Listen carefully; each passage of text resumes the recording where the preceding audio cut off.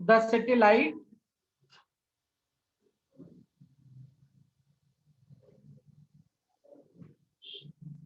which appear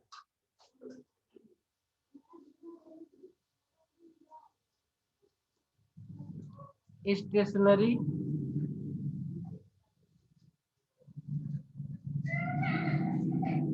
relative to Earth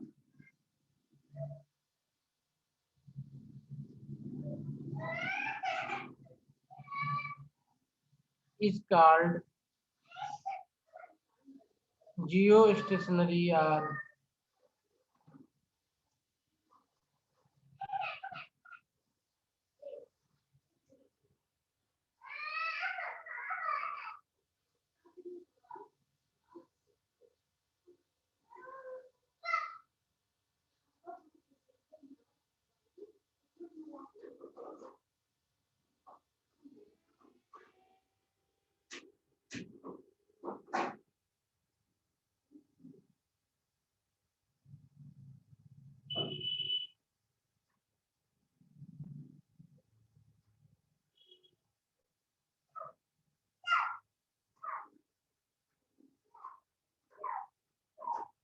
देखो इसको अलग अलग नामों से भी जानते हैं, तो कोई भी नाम इनमें से आपके एग्जाम में आए तो आपको कंफ्यूज नहीं होना है, आपको ध्यान रखना है कि ये इसी सैटेलाइट के बारे में बात हो रही है। ठीक है, तो जियो stationery satellite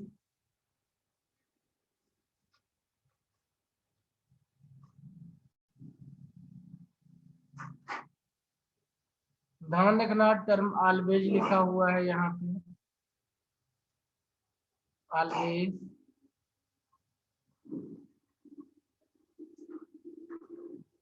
stage over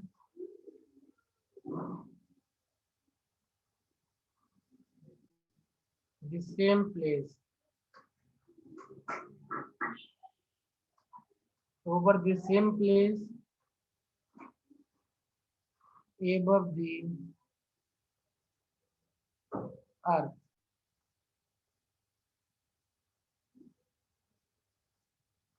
Such satellite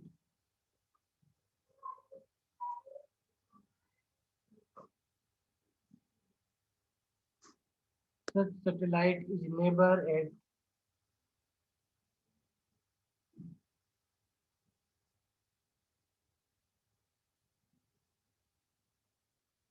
at rest.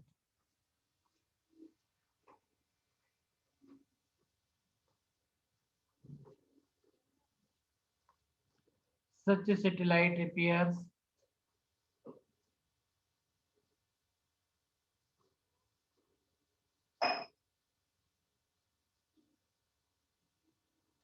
stationary due to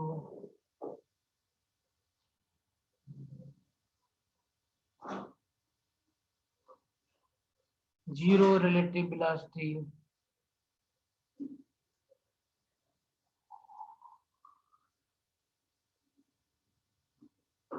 with respect to that place.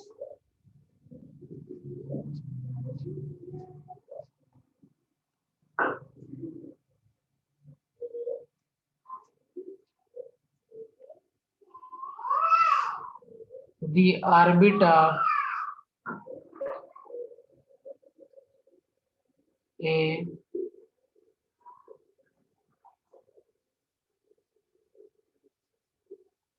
geostationary satellite is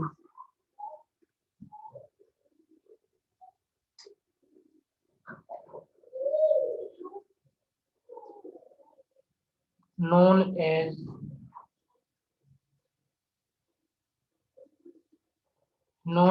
the parking orbit.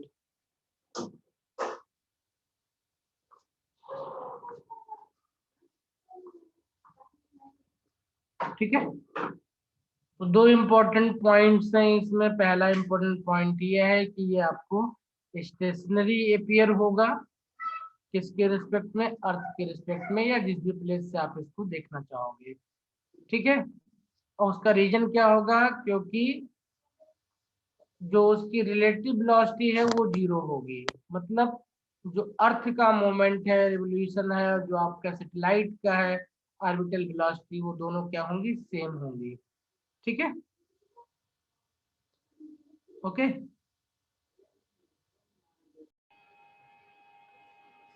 तो जियो स्टेशनरी सैटेलाइट के बारे में सब इंपॉर्टेंट पॉइंट है, वो क्या क्या है इनको जरा नोट करते हैं। पॉइंट नंबर 1 है, it should revolve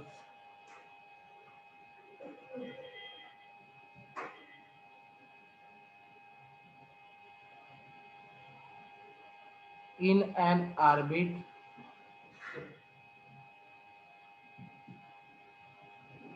concentric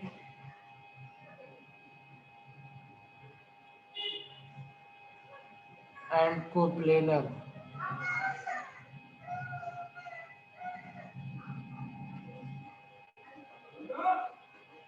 with the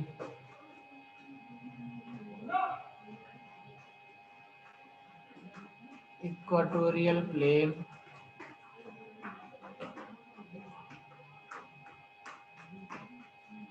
its sense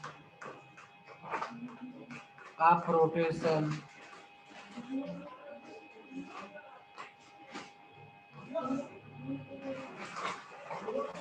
should be same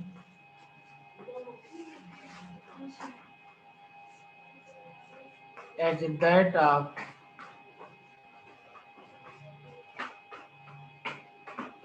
Earth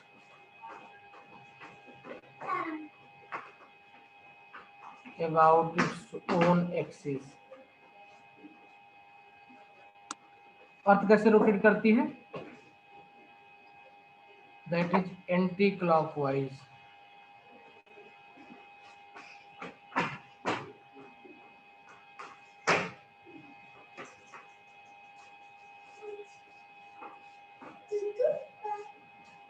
bracket आप लिख सकते हो उसको, from west to east.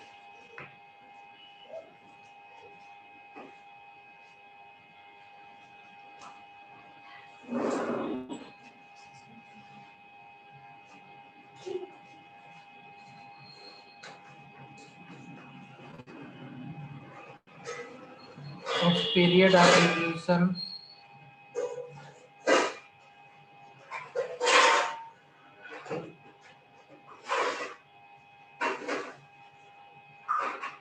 around the earth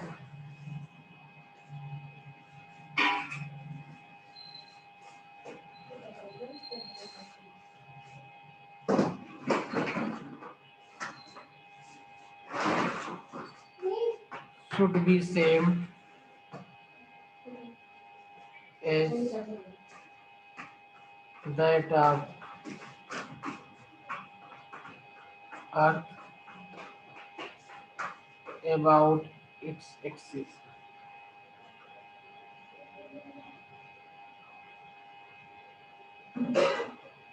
ये कितना हो जाएगा, t इक्वल टू 24 आवर, ये इक्वल टू होता है 86400 second.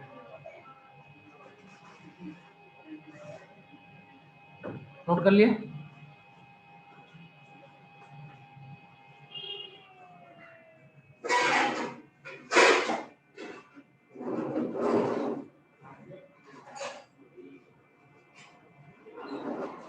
Height of Jio station satellite,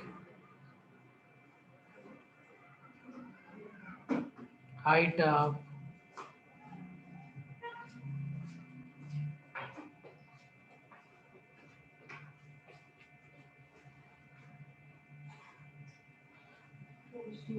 ये आपको याद होना चाहिए, एग्जाम में डायरेक्ट आंसर क्वेश्चन होता है।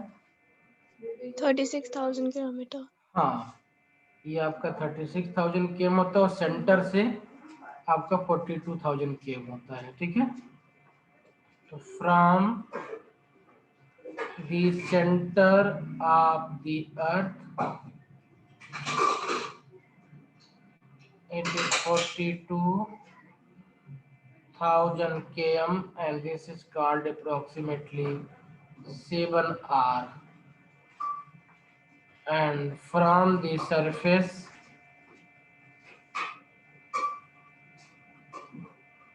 of the earth, it is 3600 km. This is called approximately 6 r. ठीक है, आर की वैल्यू 6300 होती है, बट अप्रोक्सीमेशन में इसको ले लिया गया है इस तरीके से समझने के लिए, ताकि एग्जाम में याद रहे, बच्चा भूल जाए तो भी निकाल ले इसको। ठीक है, इसको निकालने के लिए तरीका वही है, t equal to 2 pi under root R cube upon GM को सॉल्व करके निकालेंगे, या इसको इस तरीके से भी लिख सकते हैं हम, 2 pi r plus h cube by GM. ठीक है, यहाँ पे टी दिया हुआ है, जी पता है, एम पता है, आर पता, पाई पता है, इसको सॉल्व करके एच की वैल्यू निकाल लेंगे, जो कि ऊपर दिया हुआ वो वैल्यू आ जाएगी हमारे पास में। ठीक है, fifth point is again very important point, ये भी वैल्यू याद रहे तो अच्छा है। ऑर्बिटल वेलोसिटी,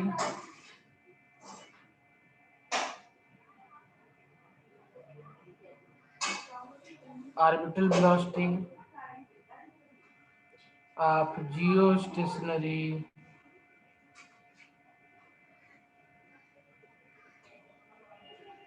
सैटेलाइट, ये आपका होता है b equal to under root G M by R. अब वैल्यू पुटअप करके अगर सॉल्व करेंगे तो ये आता है 3.08 km पर सेकेंड। ठीक है, 3.08 km पर सेकेंड आता है ये। ठीक है, okay.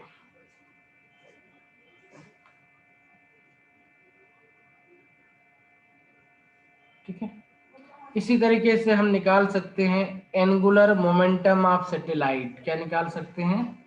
Angular momentum of satellite,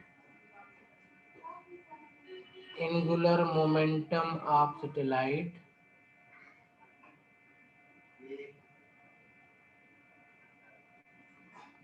ठीक है, एंगुलर मोमेंटम ऑफ सैटेलाइट हमको पता है एल इक्वल टू क्या होता है, एम बी आर होता है, हमने बी की वैल्यू निकाली हुई है, तो M under root G M by R into R, solve करेंगे तो ये बन जाएगा अंडर रूट, एम को अंदर ले लें तो ये एम स्क्वायर हो जाएगा, जी एम आर हो जाएगा, ये है ना। ठीक है,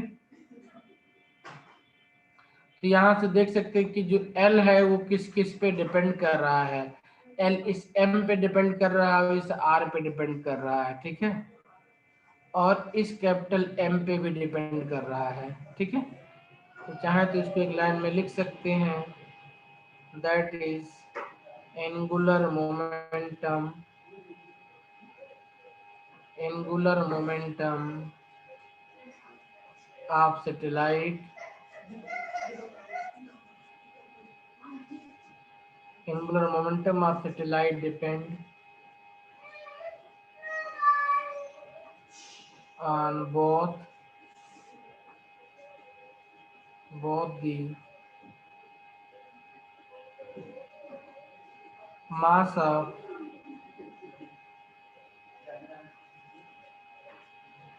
orbiting and central body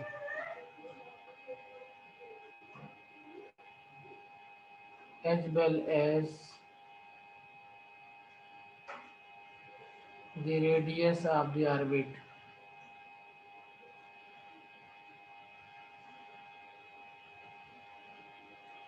interestingly ये आपका कंजर्व होता है, क्या होता है ये? कंजर्व होता है, क्योंकि सर्कुलर मोशन होता है, सेंट्रल मोशन होता है, तो यहाँ पे टॉर्क आपका 0 हो जाता है, तो ये क्या रहता है? ये कंजर्व रहता है, कांस्टेंट रहता है। ठीक है, नेक्स्ट पेज पे लिखते हैं इस पॉइंट को, यहीं पे लिख लें। Some more important point regarding this. In case of satellite motion,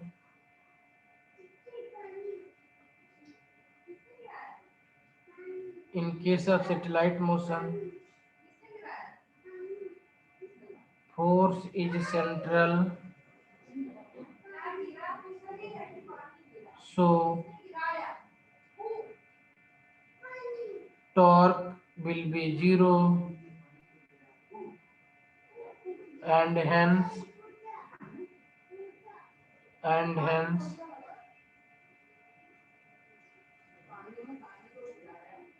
angular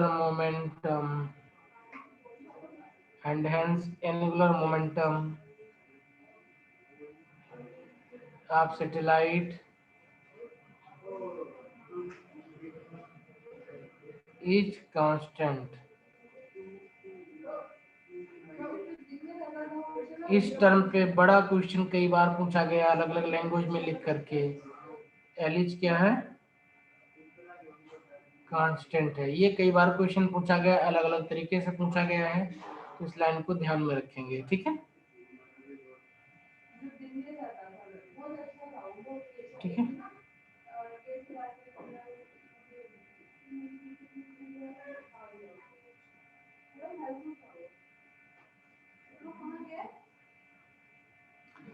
कई बार इस पे क्वेश्चन छोटे छोटे पूछे गए हैं कि अगर एल को आर को इंक्रीज करेंगे तो एल कितना इंक्रीज हो जाएगा। तो देखो L1 upon L2 under root R1 by R2 हो जाएगा। एक बार क्वेश्चन आया कि 16 टाइम इंक्रीज करेंगे तो एल में कितना इंक्रीज हो जाएगा। तो चूंकि वो अंडर रूट में है तो 16 का अंडर रूट 4 हो जाए तो 4 टाइम इंक्रीज कर जाएगा ये।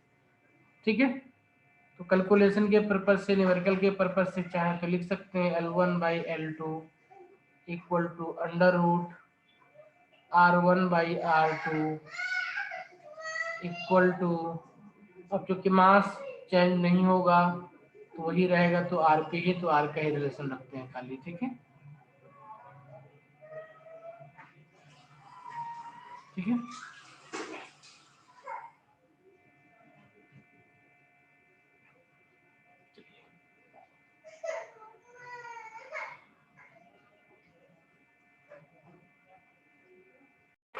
ठीक है, एनर्जी ऑफ सैटेलाइट। तो जब एनर्जी आपका कोई सैटेलाइट रिवॉल्व करता है अराउंड ए प्लेनेट, तो उसके पास जो एनर्जी होती है वो कौन कौन सी होती है? पोटेंशियल एनर्जी होती है और काइनेटिक एनर्जी होती है। ठीक है, तो it will have potential energy and kinetic energy. Energy of satellite में इसकी जो पोटेंशियल एनर्जी होगी, ये हमने पीछे फार्मूला देखा हुआ, कैलकुलेट किया है। U equal to M B हमने निकाला हुआ, तो ये हो जाएगा minus G capital M upon small M into R. इसको एंगुलर मोमेंटम के टर्म में लिखें तो L square upon M R square हो जाएगा ये। इसी तरीके से काइनेटिक एनर्जी ऑफ सैटेलाइट कितनी हो जाएगी? ये आपका हाफ एम बी स्क्वायर होता है, और बी की वैल्यू हमने पीछे निकाला V हुआ है। नॉट। ये बन जाएगा G M M by 2r, और एल के टर्म में निकालें तो L square by 2 M R square हो जाएगा। सर हम टोटल यहाँ पे V एनर्जी नॉट लेंगे ना? जो भी वेलोसिटी होगी उसकी लेंगे। आप बी लिखो या बी नॉट लिखो, कोई इशू नहीं है। ठीक है, बी नॉट मतलब होता है कि हम ऑर्बिटल वेलोसिटी की बात कर रहे हैं। ठीक है, यस ओके, सर। ठीक है। तो यस आप सर। बी लिखो, बी नॉट लिखो। यहाँ बी का मीनिंग है velocity of satellite in its orbit. Okay, yes sir. ठीक है, तो बी नॉट लिखना, बी नॉट लिख लो। तो टोटल एनर्जी कितना हो जाएगा आपका? टोटल एनर्जी आपका बन जाएगा U प्लस के, और आप देख सकते हैं कि इसका हाफ पॉजिटिव में है यहाँ पे हमारे पास में। ठीक है, तो ये ओवरऑल आपका माइनस बन जाएगा, तो minus G capital M upon small M by R के साथ में हमारे पास 2 आ जाएगा। ठीक है, एल के टर्म में देखें तो ये एल स्क्वायर अपान 2mr स्क्वायर हो जाएगा। ठीक है, यस सर। तो यहाँ पे हम इंटरेस्टिंग पॉइंट कुछ हैं उनको हम विजुलाइज कर सकते हैं, देख सकते हैं। अगर ग्राफ बनाएं इसको, तो ग्राफ में इसको ऐसे देखेंगे हम। देखो यू आपका निगेटिव है, R tending to infinity, U आपका 0 हो जाएगा, है ना। आर जैसे जैसे कम होता जाएगा यू आपका और निगेटिव होता जाएगा, ठीक है। और आर जब 0 को टेंड करेगा तो ये इन्फिनिटी बन जाएगा। तो यानी जो यू है, यू के लिए एक्स और वाई दोनों एक्सिस एज एसिम्प्टोट बिहेव करेंगे। तो यानी यू का जो वेरिएशन होगा विद आर वो ऐसे होगा, मतलब ये इन्फिनिटी पे एक्स एक्सिस को भी टच करना चाहेगा और इन्फिनिटी पे ही वाई एक्सिस को भी टेंड करेगा। ये वाई एक्सिस पे आपका यू है और एक्स एक्सिस पे आपका आर है, ठीक है बेटा। ये किसका वेरिएशन हो गया, ये यू का वेरिएशन हो गया, दिस इज यू, ठीक है। इसी तरीके से जो के का वेरिएशन है ये आपका यू के लिए है, यू वर्सेस आर, क्या है ये, यू वर्सेस आर का कर्व हो जाएगा ये। इसी तरीके से के में के का कर्व क्या बन जाएगा, तो के आप देख सकते हैं ये प्लस में है, क्या है ये प्लस में है आपके पास में, ये इन्फिनिटी टेंड करेगा तो ये 0 हो जाएगा, और जब ये 0 टेंड करेगा तो ये इन्फिनिटी हो जाएगा। यानी इसके लिए भी दोनों एक्सिस एसिम्प्टोट की तरह बिहेव करेंगी और ये इस तरीके से हो जाएगा, मतलब इसी का इमेज बन जाएगा, के वर्सेस आर की आपका ग्राफ हो जाएगा, ठीक है बेटा, ओके। टोटल एनर्जी हमेशा क्या रहेगी, GMM/2R, ठीक है। और ये कितनी होती है, इसको हम एक कांस्टेंट भी बोलते हैं, क्या बोलते हैं इसको, इसको हम कांस्टेंट बोलते हैं। और ये हो जाता है, इसको बोलते हैं, अच्छा चलो कोई बात नहीं, अभी इसको आगे लिखेंगे, ठीक है।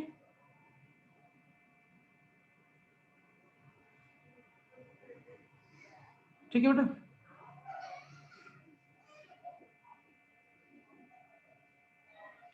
तो ये हो गया हमारे पास सर्कुलर सिस्टम के लिए, ठीक है।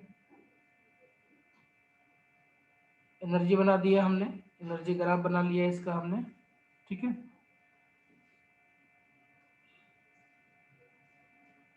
अब एक क्वेश्चन कई बार आता है कि अगर आपका जो ऑर्बिट है वो इलिप्टिकल हो, if orbit is elliptical, if orbit is elliptical,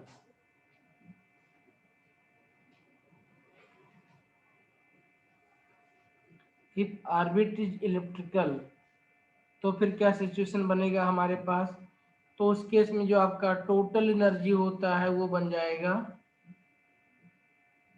are की जगह पे ए लिख देंगे हम, GMM/2R होता तो यहाँ पे ए लिख देंगे, where A is major axis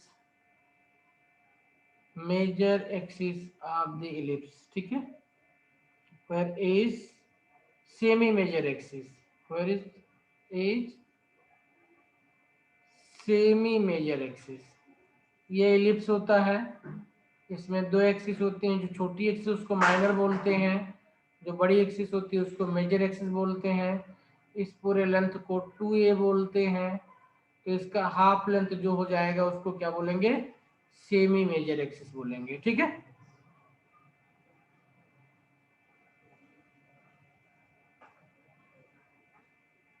ठीक बेटा,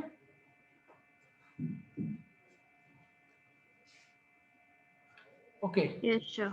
इस सिचुएशन में अगर इलेक्ट्रिकल पाथ होगा तो हमने केपलर लॉ भी पढ़ा हुआ था, उसके अकॉर्डिंग भी यूज कर सकते हैं। जब आपका ऑब्जेक्ट सेंट्रल आइटम के बॉडी के नज़दीक होगा तो उसकी वेलोसिटी ज़्यादा होगी और उसकी काइनेटिक एनर्जी ज़्यादा होगी, ठीक है। तो कभी अगर क्वेश्चन इस पे आए तो आप बना सकते हैं, नहीं तो चाहो तो आप उसको नोट कर लो, इस पॉइंट को यहाँ पे भी। Kinetic energy will be maximum in this case,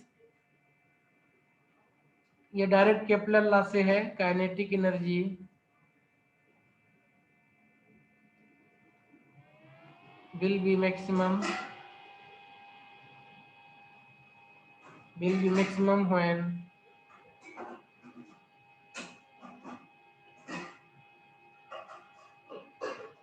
the satellite is closest to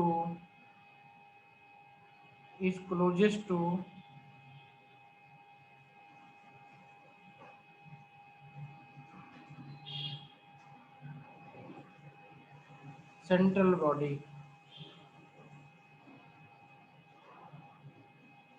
ठीक है,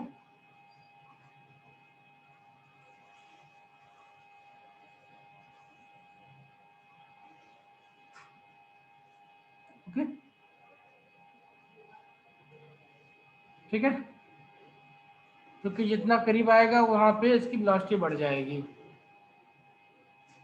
इसी का अपोजिट आपका हो जाएगा पोटेंशियल एनर्जी का। ठीक है, बाइंडिंग एनर्जी क्या होती है हमने बताया था पिछले क्लास में। चाहे तो इस बार डेफिनेशन लिख लेते हैं बाइंडिंग एनर्जी की।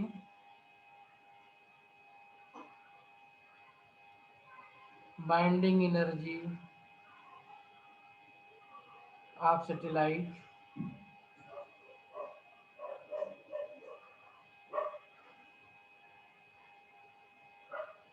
देखो, total energy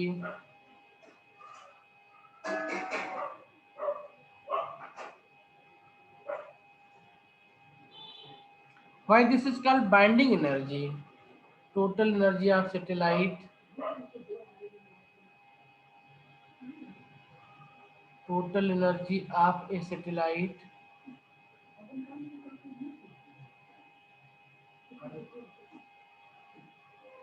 total energy of a satellite in its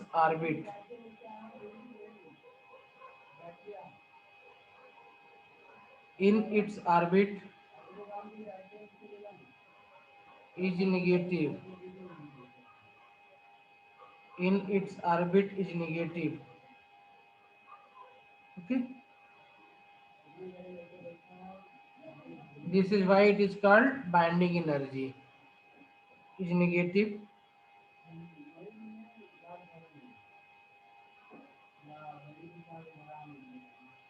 And negative energy means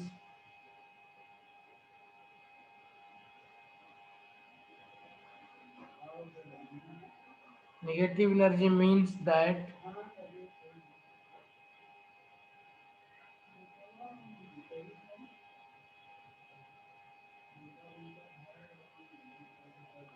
this satellite is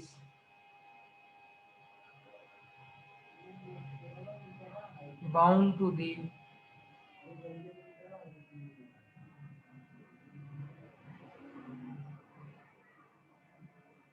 central body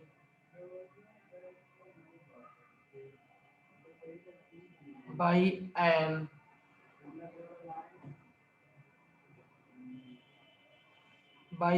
attractive force,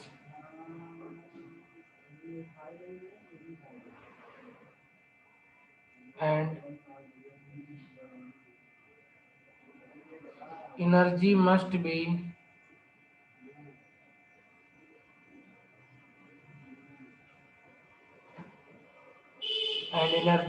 be supplied to remove it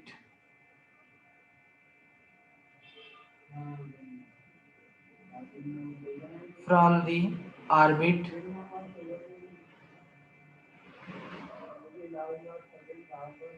to infinity.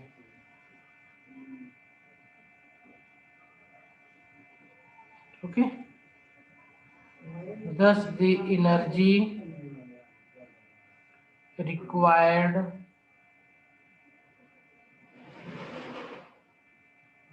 to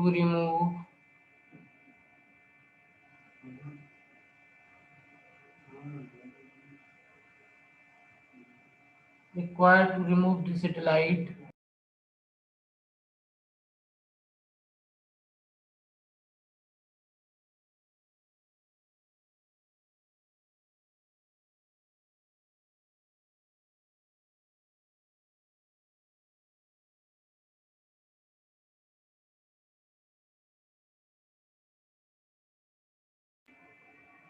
the energy required to remove the satellite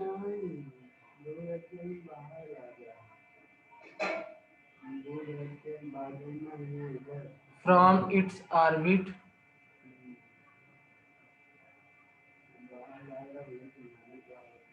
to infinity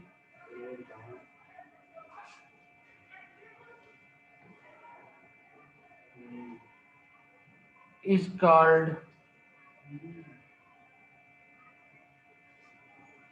binding energy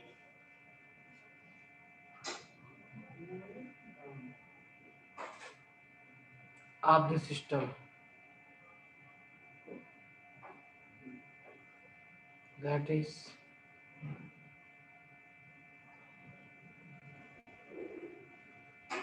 binding energy Be will be minus E, and this is going to be G mm upon 2R. G mm upon